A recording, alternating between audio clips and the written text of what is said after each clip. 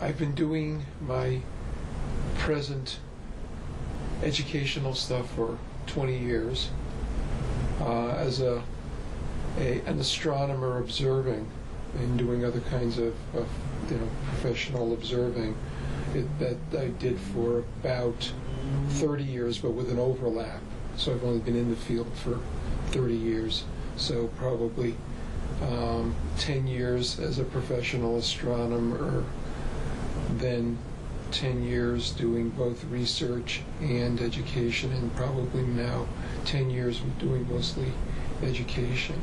Before that, variety of jobs. I mean, I worked on a farm, I worked in a restaurant, I worked in a bathing suit factory, all sorts of little odd jobs to actually earn the money eventually to buy my telescope. So I had several jobs that I had when I was a kid.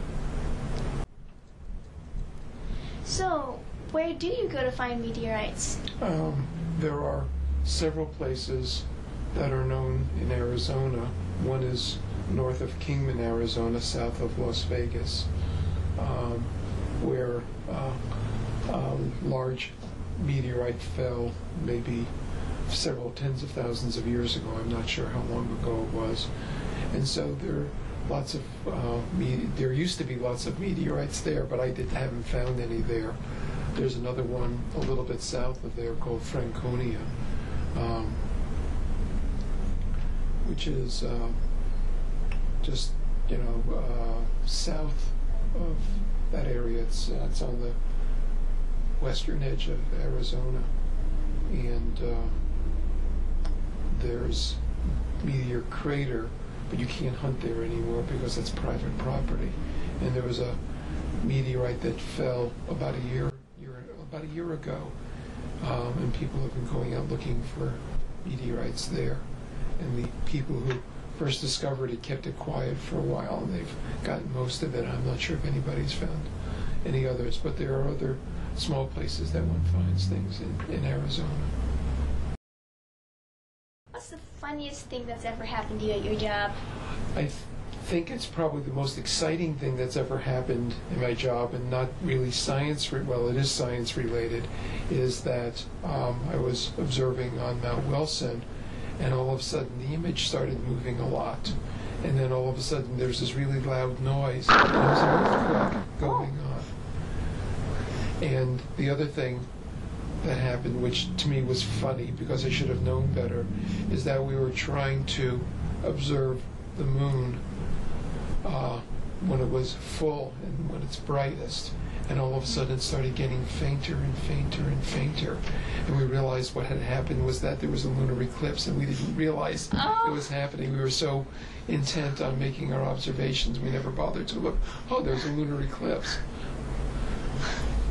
Wow. So, before we go, do you have any last advice for kids who want to get into planetary science? I think the advice I would recommend is keep an open mind in what you want to do, because you may find, as I did, that you might have certain skills in certain areas that you didn't know, and you might all of a sudden find, well, gee, I really don't like sitting down and doing a lot of mathematical calculations, working with a computer, or those kinds of things, and you might find areas that interest you more. So keep an open mind, and you may end up changing the direction you go into, and that happens with a lot of people. That you take a new class that's of interest to you, and you might find out, hey, I'm really interested in that. Because in fact, if you look at some of what the people who are in astronomy do, they actually have other skills too, like artists.